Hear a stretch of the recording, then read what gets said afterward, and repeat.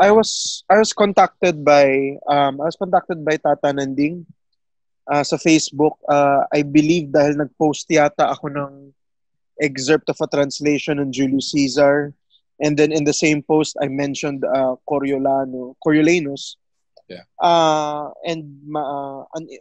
May interest talaga akong isalin siya kasi actually Coriolanus is one of my favorite Shakespeare plays. And then, nung minessage niya ako, binalita na lang sa akin ni Tata Nanding na balak mo na palang idirehe yung dula for Tanghalang Pilipino. So, siguro nagkatiyapan tadhana na sinabi, inimbita na ako ni Tata Nanding na, Gilan, isalin mo. So, doon ako na isali. Siguro direct ang tanong ay, bakit niyo ba naisip? Sino po ba nakaisip ng material? Bakit Coriolano yung naisip niyo? Well, kasi nung 20 nung ginawa yung Pangarap, yung Tagalog translation ni Rolando Tino of Shakespeare's A Midsummer Night's Dream, yung Pangarap ng Isang Gabi sa Gitnang Tagaraw. This is I directed that for Tanghalang Pilipino then 2016. And at the end of that production, it was my first Shakespeare, no?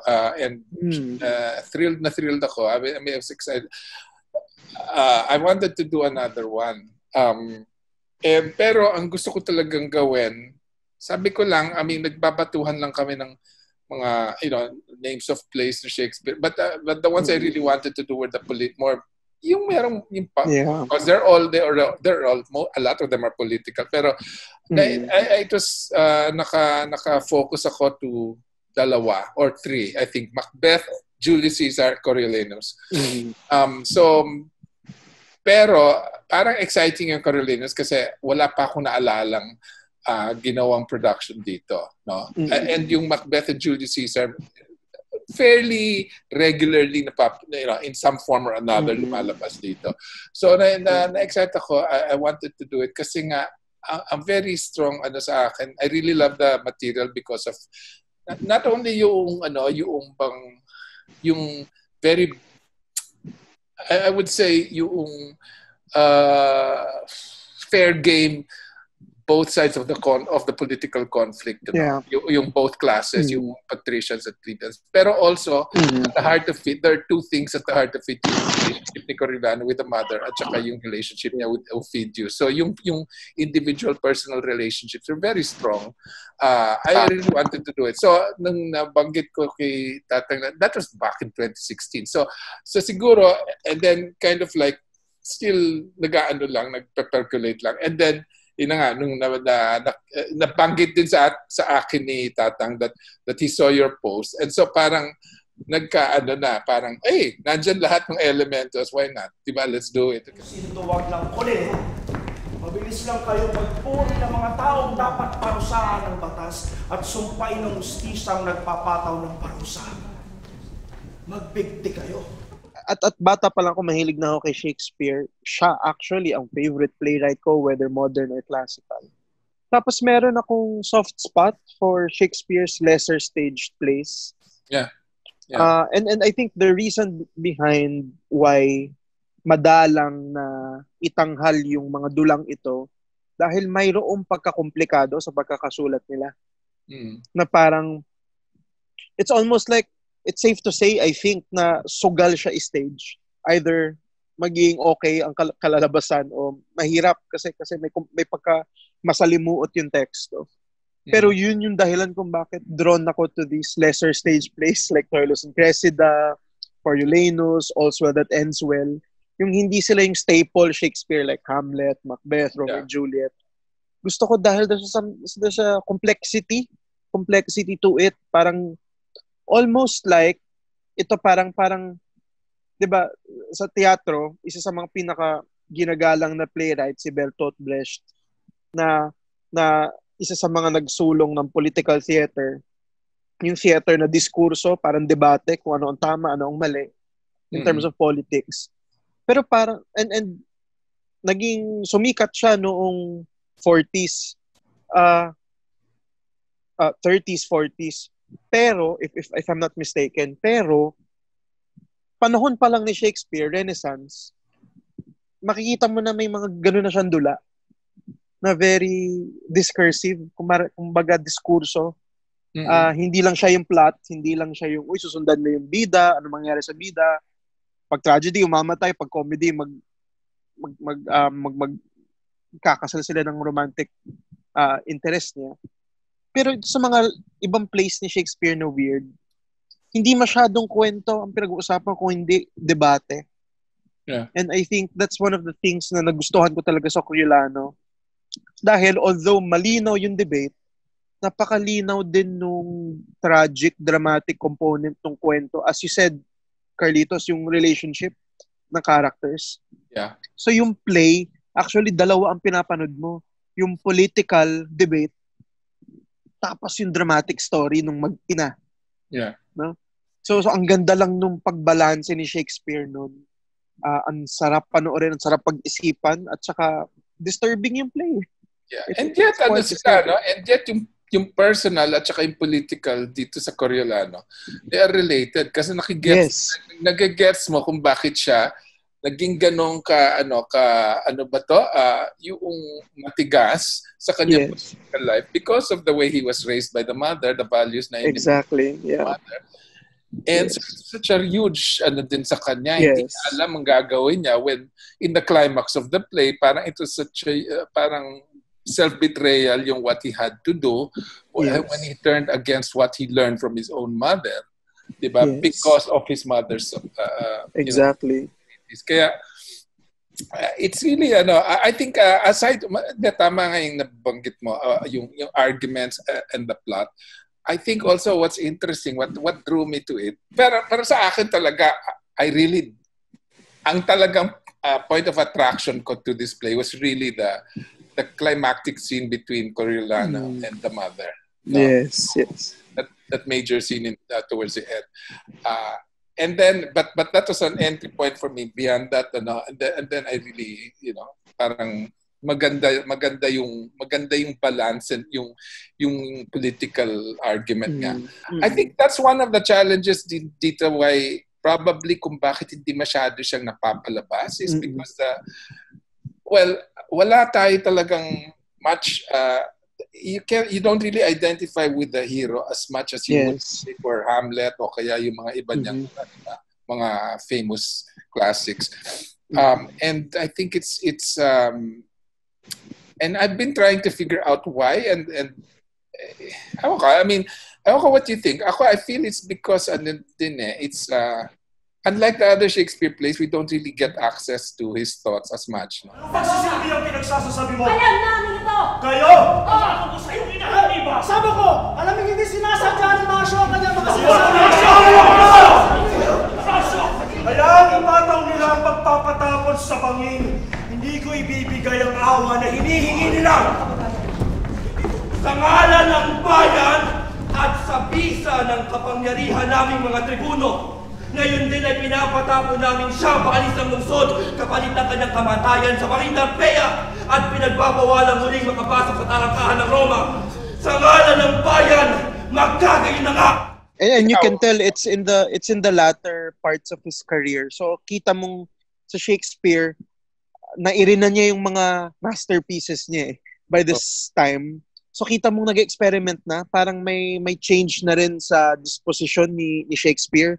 Kahit sa pagsusulat niya, isa sa mga pinaka-difficulties na naranasan ko bilang translator, pagbabasahin yung original na English ni Coriolanus, and I'm sure direct na perceive mo rin to, buhol-buhol ang mga linya ng Coriolanus, yung English, no? Parang sa panahon ni Shakespeare, na tulad nga ng nasabi niyo direct na wala pang psychology, wala pang diba? Psychology, wala pang psychotherapy. Hindi pa kabisado ng tao yung paggalaw ng utak ng tao. Pero si Shakespeare, at that an early time, period in human history, may awareness na siya of psychology. At makikita mo doon sa mga linya na kaya buhol-buhol at masalimuot, complex yung mga linya, ay dahil nire-reflect nun yung complexity ng thought processes ng characters. And for me, that's Shakespeare's innovation, no? At an early part at early point in human history na wala pa tayong knowledge of psychology, parang naipakita na ni Shakespeare na meron na siyang pag-unawa doon. Na yung complexity ng lengguwahe ay nanggagaling, ay sumasalamin sa complexity ng pinagdadaanan ng mga tauhan, nung kung paano sila nag-iisip. Kaya mapapansin, naalala ko, nung nagsasalin ako, meron talagang mga linya si Coriolano na kung ang isang linya dapat naglalaman ng isang thought process, sa gitna ng linya bigla siyang magpapalit ng isip o tatalo ng paksa. Sa unang iglap, iisipin ng mga tao, ano ba to si Shakespeare? Parang lasing siguro to na nagsulat. Pero kung uunawain mo yung teksto, sinadya niya yung ganong flow. Sinadya niya yung ganong talon, yung ganong biglang anggulo. Dahil yun yung pinagdadaanan ng character. At naging challenge sa akin yung bilang translator kasi, kumbaga, tumapat ako sa isang sangang daan. Bilang tagasalin, padadaliin ko ba ang buhay ng aktor at ng audiences o magiging tapat ako sa kasalimuutan ni Shakespeare? Laging balancing act yun. Hindi pwedeng manindigan kasi isang panig lang eh. Kung hindi, nagsalin ka pa. Di sana yung original na lang ginawa. Pero sa pagja-juggle nung dalawa, lagi ako nag-err on the side of maging tapat doon sa flow ni Shakespeare. Kaya naalala ko yung mga first few days ng reading natin direct. Yung patid-patid yung dila ng mga aktor, nagbabasa ng linya na hindi naman nila nauunawaan pa yung sinasabi nila. At hinayaan lang natin yun because eventually they will grow in terms of understanding the lines. Pero naging paninindigan sa akin yun na hindi, danasin yun dahil yun ay mahigpit na nakabuhol sa dramaturgy o sa playwriting ni Shakespeare. And I think that's one of the odd beauties na lumitaw doon sa play. No? Masarap pakinggan yung kasalimuutan, masarap panoorin yung aktor na kumakambyo-kambyo from one thought process to another. At kumbaga, kahit na walang digmaan, kahit mag-isa pa lang yung karakter, may digmaan na sa utak niya. Gabi-gabi kong pinangarap ang muling pagsasagupaan natin. Malimit tayong magbunuan sa aking panaginip. Naguparan ng kopya. Magsalaksakan ng lalamunan at nagigising ng halos mamatay dahil sa wala. So yun talagang, I think yun, it's very clear yung within the same chunk of the, and even sa English, di ba, yung ang dami niyang mga side clauses, mga clause, tapos meron dami mga parang sentences within sentences within sentences. Yeah. I think that was part of the challenge. But I think yun na nga yung sinasabi mo na madaming yung medyo schizophrenic processes niya nangyayari doon. It's very apparent doon sa dialogue. So, na napagtagumpayan ni Marco. Yeah. Diba? Handling ang hirap nung character. Tsaka isa pa direct kailangan kong banggitin na kung titingnan ko yung mga bida na mga dula ni Shakespeare, pinakamahirap mahalin si Coriolano. Yeah. Una kasi hindi siya very madaldal siya, pero yung daldal niya ay puno ng galit, puot, pero hindi masyado fleshed out ang kanyang thought processes. Kasi parang nga siyang batang binigyan mo ng sandata, tapos tinuruan mong magalit. Maging killing machine. So para siyang ganun. So ang hirap, challenge talaga para sa kahit sinong aktor, yung ganapin yung tauhan. Natingin ko na pagtagumpayan, sa akin, na pagtagumpayan ni Marco. Dahil ang hindi ko inasahan kay Marco, napasok niya yung kalma. Nahanap niya yung tamang kalma tsaka yung center ng isang aktor. Yung hindi siya naliligaw. Hindi siya naliligaw sa kung nasa na nga ba si Coriolano. Alam niya yung patutunguhan niya. So kudos to direction and actor na he stayed true to that center. Kasi yun yata ang challenge. I dare anyone to read Coriolanus and then gawin niya yung role. Subukan niya yung role. It was made for failure. Pero tingin ko na pagtagumpayan ni Marco siya. I think malungkot din kasi din sa character is that he he's trying to be yung sarili niyang, yung his own man, yung sarili niyang, di ba, yung kanyang code of honor and all, yung individual, yung honesty and ganyan, trying to break away from the mother in that way. Pero the sad thing is that I think hindi talaga siya maka-break away kasi his own mother raised him to be like that. Exactly. And nung sa climactic scene, she asks him to break from that. Yes, which is the most cruelest thing, diba? Yeah, diba? Parang binigyan mo ng kutsilyo yung anak mo to kill himself with. I mean, Porsyano ang ina ng taong ito. Nasa Corioli ang kanyang asawa, gayon din ng kanyang anak. Ngunit ibigay sa amin ang iyong tugon. Mananahimik ako hanggang sa matupok ang ating lungsod. And also the way he was raised by the mother is also a product of the bigger the macro, the Roman society as portrayed by Shakespeare, no, na on the one hand masisisi natin si Volumnia, tama ba? Volumnia. Tama na. Masisisi natin si Volumnia for how she raised her son Coriolano that way as a killing machine. At the same time, hindi rin masisisi si Volumnia dahil as a woman, diba, she fought her way to become to her own agency, to have power in a very patriarchal Roman society. So hindi mo rin siya masisisi. Produkto din siya nung kontekstong kinabibilangan niya na talagang isang lipunang marahas, walang awa, at saka halos pinapatay yung pagkatao mo sa ngalan ng Estado. Sounds familiar. Yeah. At saka ano din, well, aside from that also, I think you also wonder, siguro, I think nawala din yung sarili niyang, she also lost her own husband in these wars. And so parang, inaano nga niya, parang parang she wants to, part of the readings, I mean, one of the, iba-ibang readings naman of that relationship, but one possible one is that she really was trying to be a man through sa anak niya. Through, she's trying to be the man, she's trying to be yung embodiment ng Rome, pero through yung anak niya, yung warrior na she raised to be a warrior. Pero if ever there's something about the character, what I love about the character, Direk, is yung decision niya na nung nakiusap siya para sa Roma, at ang husay-husay ng pagganap ni Tita Sherry tsaka ni Francis dito dahil nahanap nila yung subtext na habang nakikiusap siya para wag ituloy ni Coriolano ang pananakop sa Roma, ang totoong sinasabi niya doon ay, anak, sorry sa lahat ng ginawa ko, pero kailangan mong mamatay. Yeah. Yung pain ng ina na inaalay yung anak niya para sa survival ng Estado, does Rome even deserve to be saved?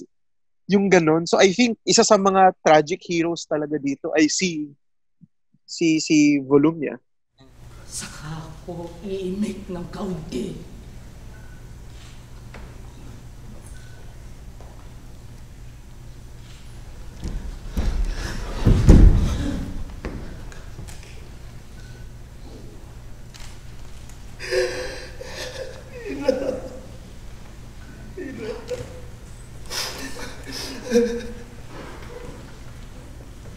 Anong nagawa mo? Kung sa bumubuka ang langit, sinisilip ang mga Diyos, pinagtatawanan ng tagpong itong labag sa kalikasan. Ayoko din talagang pumunta sa mga, let's say, dystopian future or mga ganon, or mga mental hospital or army or military stuff. I thought kasi na, one of the things also is this is the first staging of the play. I wanted to at least, honor to have a bit of how it is written. That's a bit of that setting. Therefore, Roman the Volscian worlds keep it there. Suggest it strongly sa sets, even if compare mga modern touches. Yeah. So. When you were discussing that, Carlitos, I was reminded you were pointing out the different factions, no? The different factions, like so there yung mga Bolsiano, Volskis. In our interpretation, ang costume nila very tribal, very parang almost prehistoric na parang gano'n, pre-civilization. Tapos nandyan yung very rigid, very classical na design ng Romans. Tapos nabanggit ninyo na within Rome, yung descent between the fascist authoritarian state and then this attempt at democracy. Si Brutus tsaka I'm forgetting the name of the other character. Ano nga ba yun?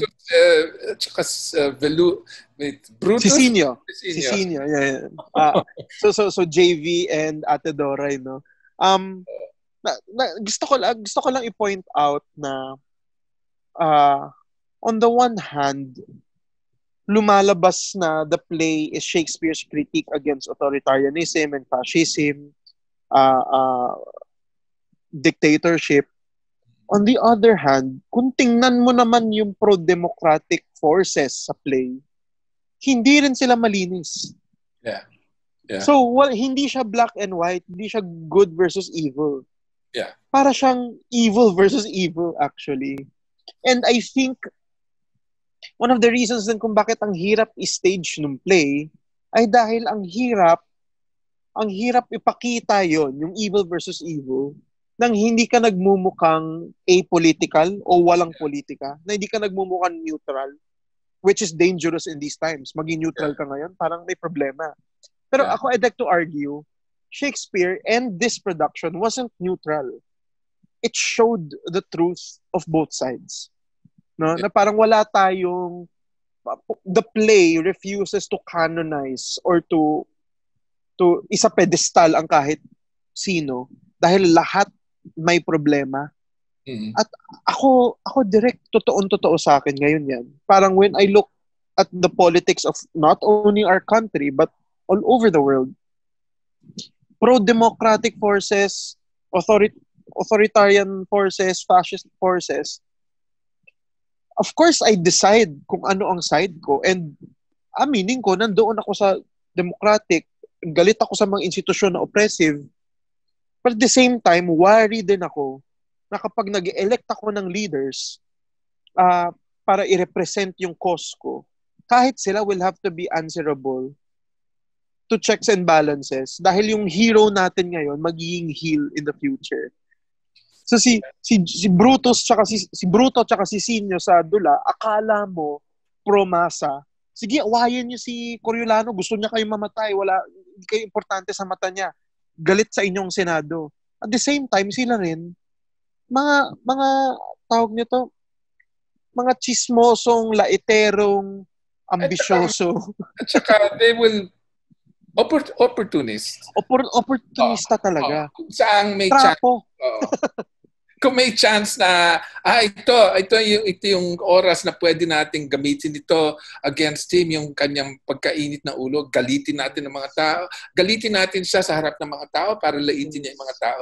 So yung ganon, I think that's really an interesting point kasi ako din, that was the danger. I was really, yun ang yun ang malalim kong pinag-isipan yun Mm-hmm. If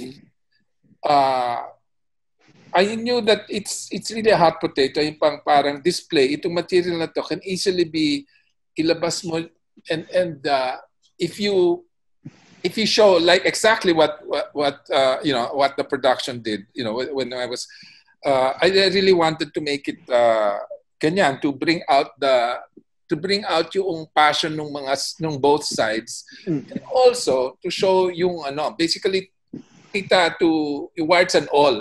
Ibig sabihin, yes, yung kahinaan at saka yung black spot in both sides. That was you mentioned it, no? It was ang risk talaga na naisip ko yun magmumukhang political fence-sitting. But yes. it's really and that's also been a challenge for productions of this play all over the world, no? Yes. Although some take more sides. Kaya lang, ang problem ko talaga with taking a side on this particular material is that it really reduces it really reduces it to to something, and it's been done before in Yes. famous productions that the same material was viewed as ano ba to, fascist propaganda, either fascist propaganda or in another, or anti, it would be ano ba tawag doon, communist, pro-communist propaganda, socialist. yeah, right. So ang ano ko talaga is, no, I think the challenge is to get both sides to show yung passion nila, and to show also saan that the evil is really not in the other, the evil lies in each one. Dali kayo! Kausapin ng mga katoto nyo. Sabihin na naghalal sila ng konsul na nanakaw sa kanilang kalayaan. At ang inyong mga tinig, tatatuhin asong hinahata tuwing kumakahon. Magtipon-tipon at kapag mamulat na sa tamang katwiran, bawiin ang inyong boto. Yeah, I think that the evil lies with, parang the duality ng human nature lies in all sides.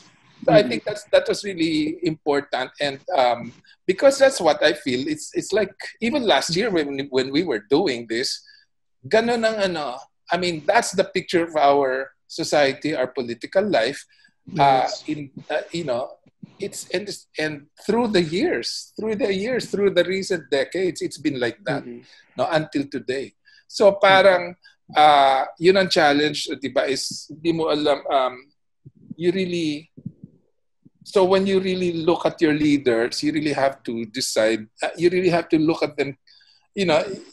It's really a personal, parang you have to be there, immerse yourself there, and really aralin mo talaga kung kakilalanin mo sila. You cannot just brand them as because they are of this side they are good, and because they are that side they are bad. Yes. It's Huwag maging reductive, no? Yeah, you just really have to see choose and inspect and really scrutinize. Be critical. Carefully. Always be critical. Yeah. Kaya nga, naalala ko lang, direct, na isa sa rin sa mga, parang even prior to our production, naalala ko nung biglang nailibing si Marcos sa libingan ng mga bayani. Isa sa mga works, and usually kasi pag dumadanas ako ng pighati o galit, I turn to literature. Isa sa mga pinuntahan kong literary works ay Coriolanus, no? That was prior to our project, actually, I believe, right? Yeah. When I turned to Coriolanus, I remembered kung bakit may impulse akong balikan ng Coriolanus. Dahil for me, yung teksto, yung dula, isang paalala siya na wag kang gagawa ng mga bayani. Anong ibig ko sabihin doon? Ang ibig ko sabihin doon, ngayon, kunwari, puno tayo ng mga problemang panlipunan. Usually, ang solusyon dyan, election. Di ba? Mag-i-elect ka ng bagong leader. Naalala ko, kausap ko si Joel Saracho tungkol dito. Isa sa mga pinaka-nerespeto kong aktivista at mga aktor, artist, na yung insight na pag binoto mo, ang isang sa mata mo ay mahalagang, ang leader na kailangan ng panahong ito. Pag siya nanalo at nasa Senado na siya, nasa Malacanang na siya, o kaya nasa City Hall niya na siya, huwag niyong tratuhing bayani yan. Kasi siya ngayon ang kailangan niyong punahin. Kumbaga, always be wary because absolute power can corrupt absolutely. And I think magandang paalala ang Coriolano, kahit na madilim yung dula, na parang walang pag-asa, walang bida, walang mabuti, lahat masama. Paalala lang yun, no, na huwag tayong paloko, no, na at ang galing ni Shakespeare dahil naisip niya yung insight na to ganun kaaga pa lang, no, na huwag tayong paloko. The moment may tratuhin tayong bayani at siya na ang Mesiyas, siya na ang bagong Kristo, gagawa siya ng something, lalamunin siya ng sistema na maging oppressive. Kaya hindi natin siya pwedeng isa-pedestal at isipin na kahit anong gawin niya tama. Laging mamuna, laging maging critical. At so sa manonood o sa mambabasa, maaaring sabihin, ang dilim naman ng Coriolanus, walang pag-asa. At the same time, yun ang pag-asa niya. Ang pag-asa niya ay nakatutok sa'yo bilang manonood at sinasabi niya na maging critical. Huwag kang magpapahinga. At hindi yan, that's not a non-political choice. That's exactly. An active political choice. Yung vigilance kung sino nakaupo dyan. Diba? Yes. And isa pang in fact sa Coriolano, ako feeling ko nga for all of his yung init ng ulo and flaws, at talagang biktima pa diyan si Coriolano. Ihatid na lang ako sa tarangkahan. Halika na.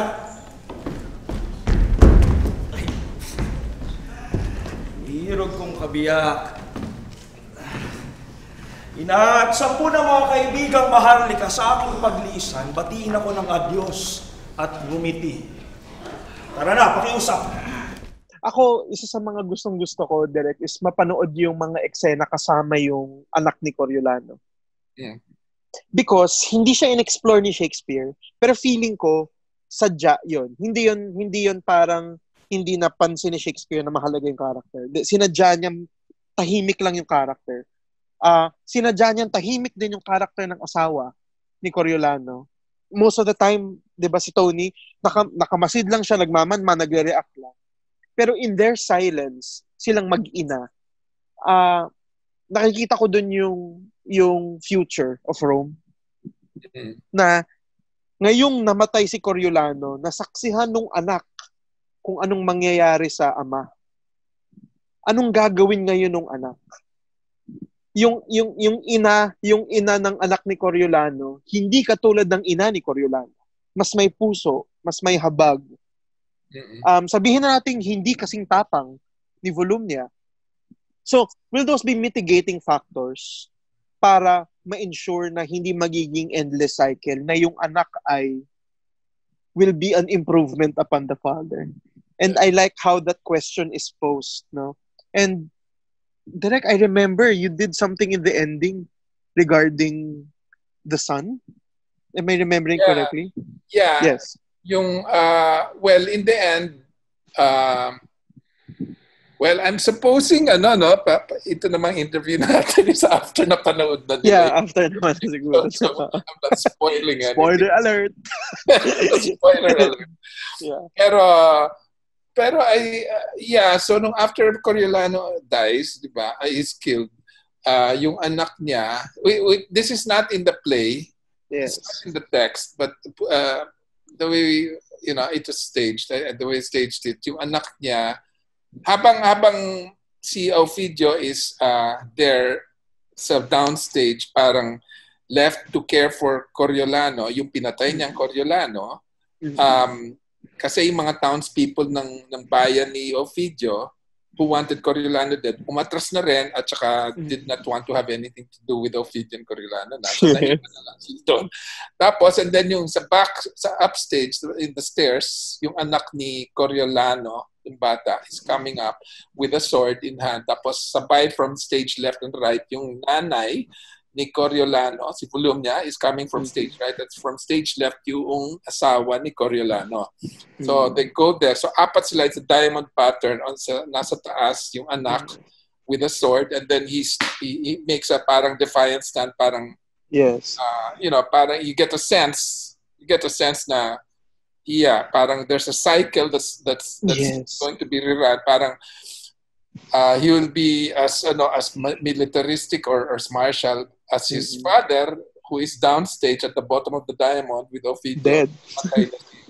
Pero sa sides, you have the mother ni Coriolano, Volumnia, the two sides nga, the two women nga who you think would have influence on that yung anak ni Coriolano. Because on the other side, it would be yung si Volumnia at Virgilia, yung nanay ni Coriolano nasa one side, and then yung nanay ng bata, yung asawa ni Coriolano, who is the more, I wouldn't say she's weaker because she was just more silent than yes, the mother-in-law, no? Volumnia. But I think matigas din siya sa loob. Yes, she was also, she would not bend to the mother-in-law. So you can see there's these two forces that will be working on the son of Coriolano. Maraming salamat sa panonood. Dito sa Pansamantanghalan. Ang sining may bagong tahanan. Subscribe na.